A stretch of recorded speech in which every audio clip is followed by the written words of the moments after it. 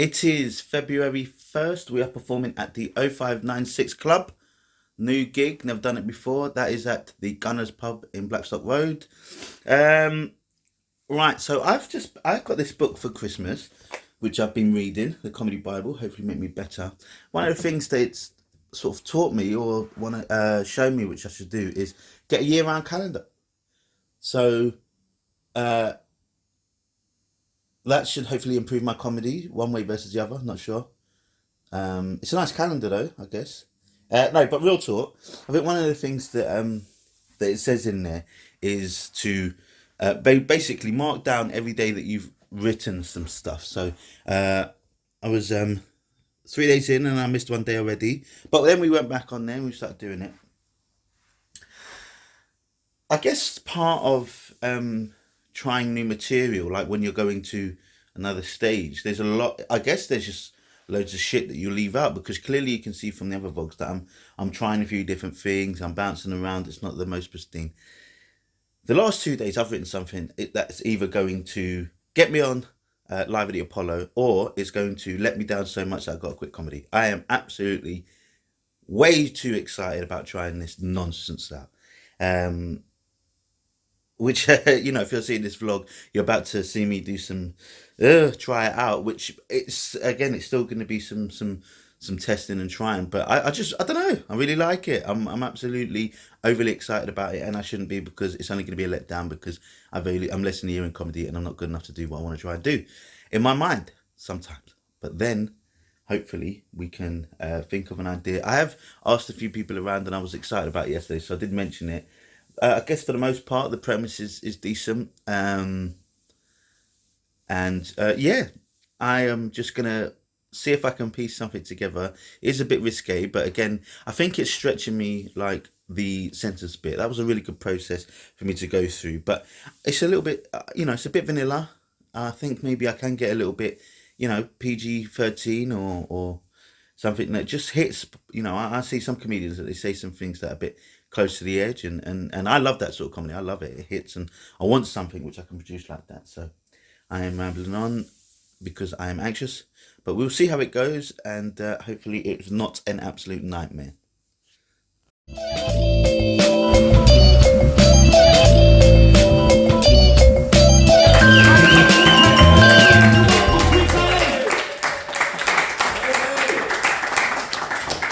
Hello, thank you very much for that middling applause. Yes, all right, no. See, that's why your expectations are too high.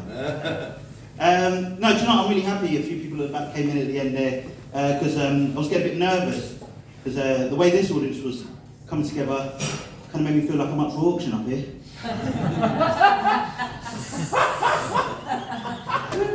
Here's a question that you probably would say yes to. Who here is proud to be English?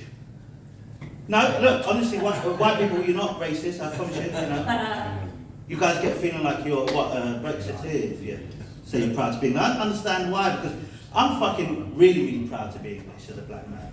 Do you know what I mean? Sorry, this mic's this isn't my first time. Yeah, as a black person, I'm proud to be from England, because my dad was from Kenya, okay? Now Kenya has one of the highest rates of child malnutrition, which would obviously not sit well with me. Right? I'm very happy to be here. I know I'm privileged, okay? I'm a privileged black man, okay? And I'm proud of it. Woo! Woo! There you go. Do you know what I mean? We should be proud. I mean, like the Scottish people, like, they're proud, isn't it? I mean, I guess it's because, Scotland's got the Highlands, we've got the Midlands. What else is Catherine Jenkins? We've got Talisa. There are reasons for us not to be proud, I guess, but I don't know, look, like I said, I think it's very, very, very tough to be a black person in Africa, okay?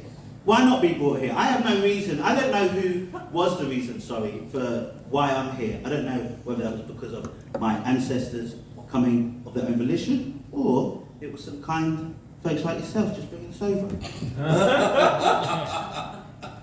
Regardless, thank you very much. I very much appreciate it. Okay?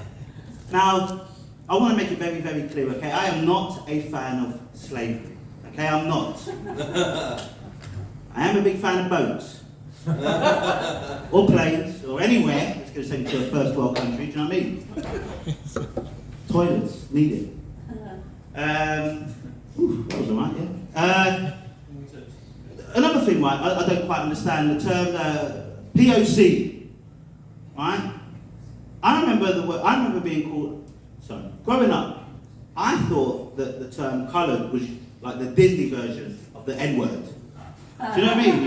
You see like a TV show of like this little kid going to a shop and there's a guy being like, "We don't like your kind, coloured." The boy scampers over to his mum being like, "I'm sorry, I couldn't pick up the milk because..." I'll come to a American accent. "I'm sorry, I couldn't get the milk, mama. God would serve me." She's like, "That's okay. People are always going to judge you for your skin colour, okay? But it's what's inside that matters. Now go outside and play with your friends." And he goes out and plays with his black friends and they just call him the M-word. You know what I mean? Like, it's a Disney version of like what coloured means to me. But like, the definition of a POC is someone that isn't white, right? Any category that lumps me and Lucy Liu together, there has to be some kind of mistake, all right? She's like a 5'2" Asian woman that could probably fit in most people's pockets, you know? I'm 5'8", 17.5 stone, making it look good. So big that I struggle to do my shoelaces if there's no curbside assistance, you know? We need leverage, you know what I'm talking about, you fat fuck. No, you said earlier, you got it right. For those who don't know, I do have a twin brother. I have a gay twin brother. Oh, there you go. I don't think it's that impressive, but thank you. It's cool. People have it.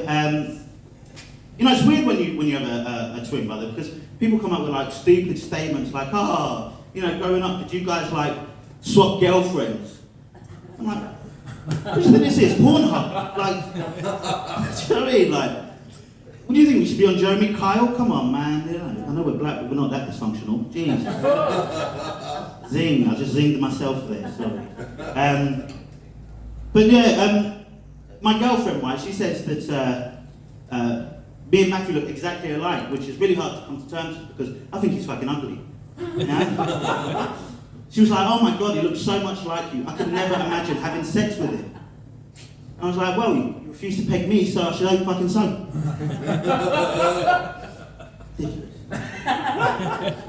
Or they'd be like, you know, as a twin when you grow up, it'd be like, "Oh, you know, who had the most girlfriends?" Still, I wish I could say me, but man, have you seen women with gay people? Come on, man. They're like flies to a multicoloured flame.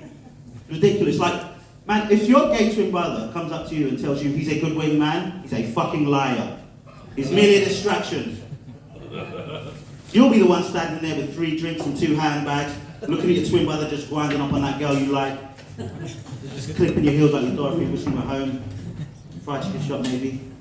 Look at that reference, callback. Comedy. Hey. Thank you guys. Yes.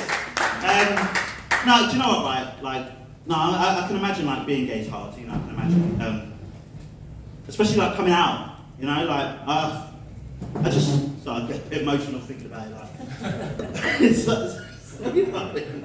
gotta be serious. Yeah. No, you know, I was so happy when Matthew came out.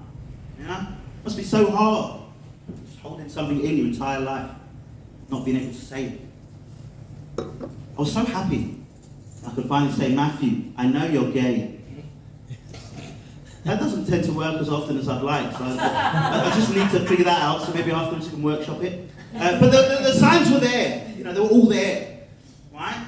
Like, you know, growing up we would just play around as you do with your brothers and sisters if you have any. And we'd do like role play, right? We'd do like doctors and nurses, you know, we're very creative, do you know what I mean? Guess who Matthew always wanted to be? Nurse. No, Beyonce. That's my time, I hope. I've been Chris Ali, you guys have been absolutely really wonderful.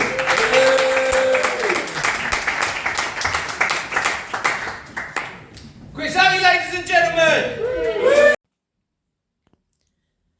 So I am home just chilling with some TV. That was do you know what? That was a lot of fun. It was really, really quiet. There was barely anyone there. A couple comedians. You know, it was funny. It was just funny. A really empty pub, but we just, those ones you kind of just have like a good time. Just it was a perfect place to try some new material, and also think that I got some good feedback from it, which was good. I think with this piece, it's really, really going to be important about the placements of a lot of the points that I want to hit, because it is all around one subject, but I'm trying to hit a lot of different points there. So I think the way I build kind of the story or the ideas of what I'm trying to express myself, I think it's going to be really important. But yeah, for me, I felt like it went well. I don't know what it's like to look at it, but I don't know. I enjoyed it. I think it is something that I could definitely try out. I'm excited about building this one. So yeah, let's see how it goes. And yes, on to the next one. I'm high.